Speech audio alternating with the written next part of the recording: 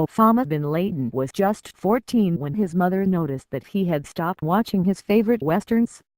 She found him fixated instead on news reports about Palestinians, tears streaming down his face as he watched TV in their home in Saudi Arabia.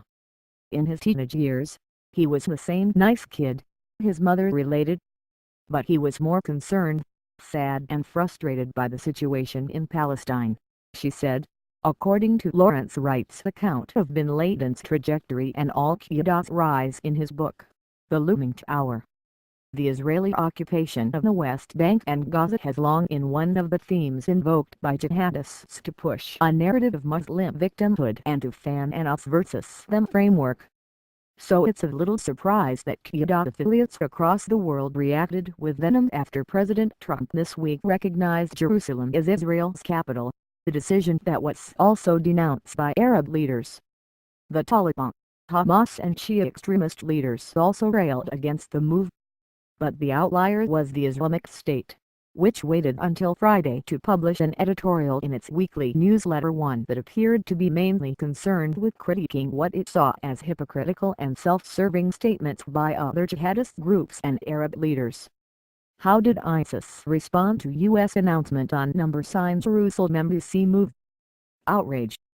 Nope. Call to jihad? Not really, the independent researcher Raphael Gluck wrote on Twitter.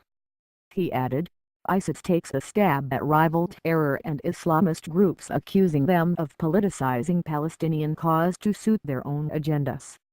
The article published by the Islamic State began, 60 years and Jerusalem has been in the hands of the Jews, and it is only now that people cry when the Crusaders announced today as their capital, according to a translation provided by the Washington-based site Intelligence Group, which monitors the group's propaganda.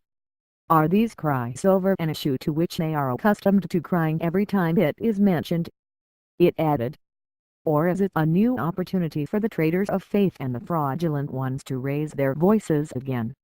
The Islamic State, also known as ISIS, argued that the focus should instead be on working to defeat the Arab countries ringing Israel, which they say surround it the same way a bracelet surrounds the wrist, protecting the Jews from the strikes of the Mujahideen.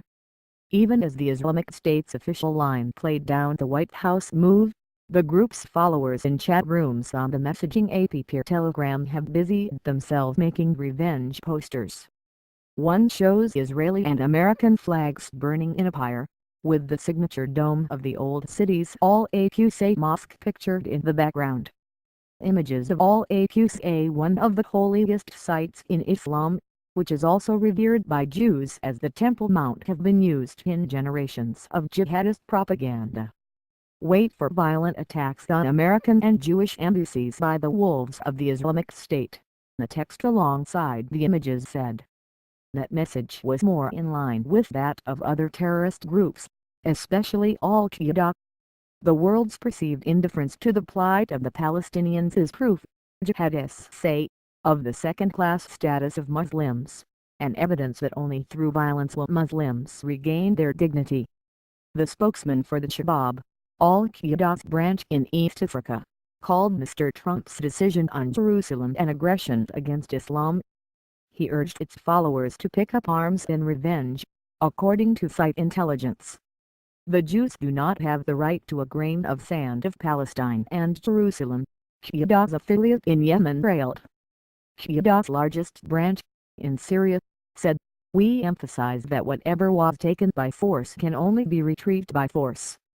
And from Mali to Yemen to Afghanistan, jihadist groups ridiculed Mr. Trump.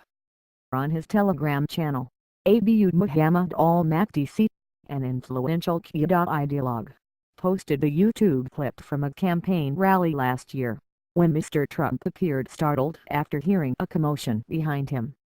He called Mr. Trump a coward and an easy mark, urging future terrorists to do their best to surprise him.